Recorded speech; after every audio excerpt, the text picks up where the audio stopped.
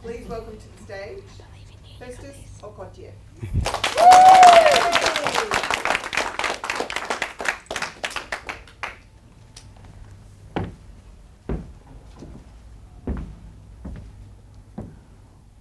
World Bank statistics shows that we have 7.53 billion people on this earth.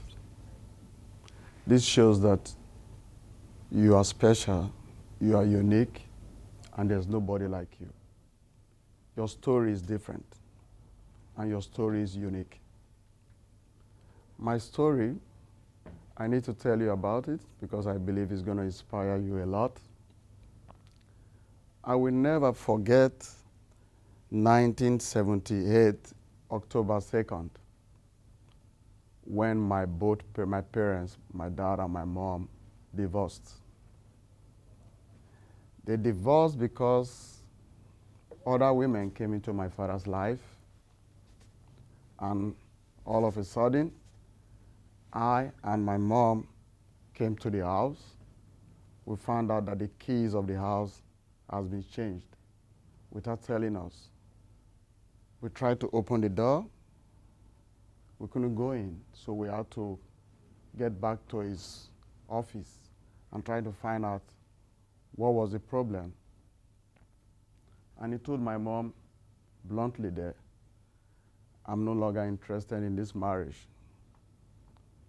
As a young boy of 3-year-old, I knelt down with my mom, pleading with my dad that, please forgive, but he said no. That was the story of how my life moved from the Ibro area in Sapele, Delta State, Nigeria, to the very low part, to the lowest part of Sapele, which is called urban area. In that house where my mom had to rent a house, the house was just a one-room house. It had no windows. It's a public toilet, public bathroom. We picked up ourselves from that environment. But something stood out because my mom was very prayerful. And I believe her prayers were working because from my primary school days to my secondary school days, I was the best student in my class. I don't study. Nobody has ever advised me to study.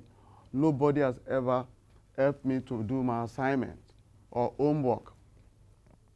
I play football. I do a lot. But something stood me out. That I cannot explain. I was just the best. Teachers, they go to my parents. They go to my dad especially, because my dad was doing well. They go to him, they tell him, your boy is excellent. They write recommendations to him that, look, you must have to encourage this boy. And that was the reason my dad was able to sponsor me from primary to secondary school to the university, where I had my first degree in maritime and logistics management. Yeah, the wives that he had, they discouraged him from sponsoring me. But, you know, you can't hide a star. A star is always a star. So I stood out. I graduated as a maritime management technology graduate. Then I asked him, I want to go for a master's degree in the UK. He said he didn't have money. That was what pushed me into the world. I was inspired because I lost my mom November 1st, 2002. And because we were very close and the death was very, very painful, I was inspired to write a book. So I wrote a book on the governor of my state. And the governor of my state invited I and my father to Government House. Tried to find out what inspired me to write this book, and I told him the book launch was a great success. That was the biggest event my father ever attended in his entire life, until he passed on June 19th, 2004. Since then, there has been no holding back. I've been able to build 2 companies. I run 2 companies back in Nigeria, Bernard Hall Group and Festus Okotie Consulting.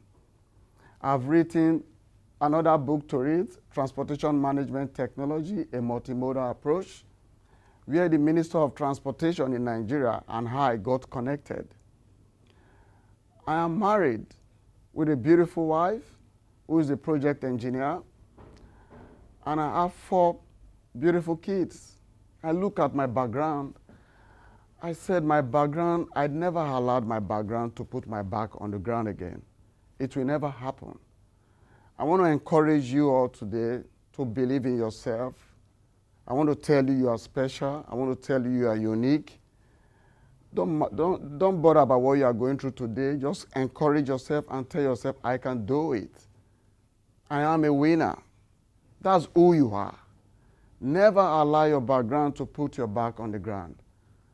So this has been my story, and I believe this story is going to trigger a lot of positive values in you to say, if you are going through any problems, financial, mental, whatever problems you are going through, tell yourself, I can do it. I belong to the top. I am a winner. I am a champion. That's who you are. Thank you for the message.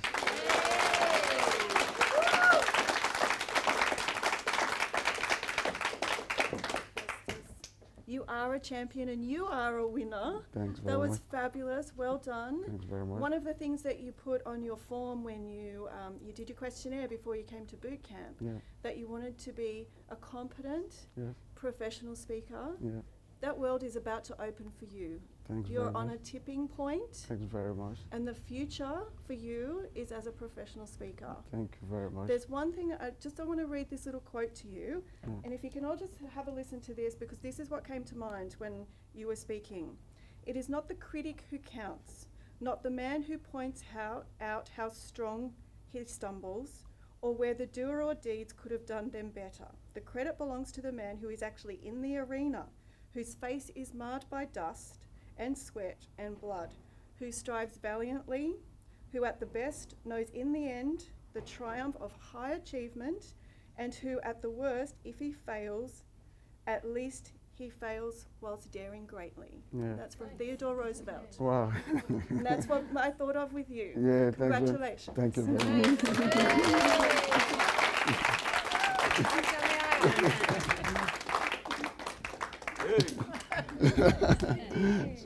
Good job.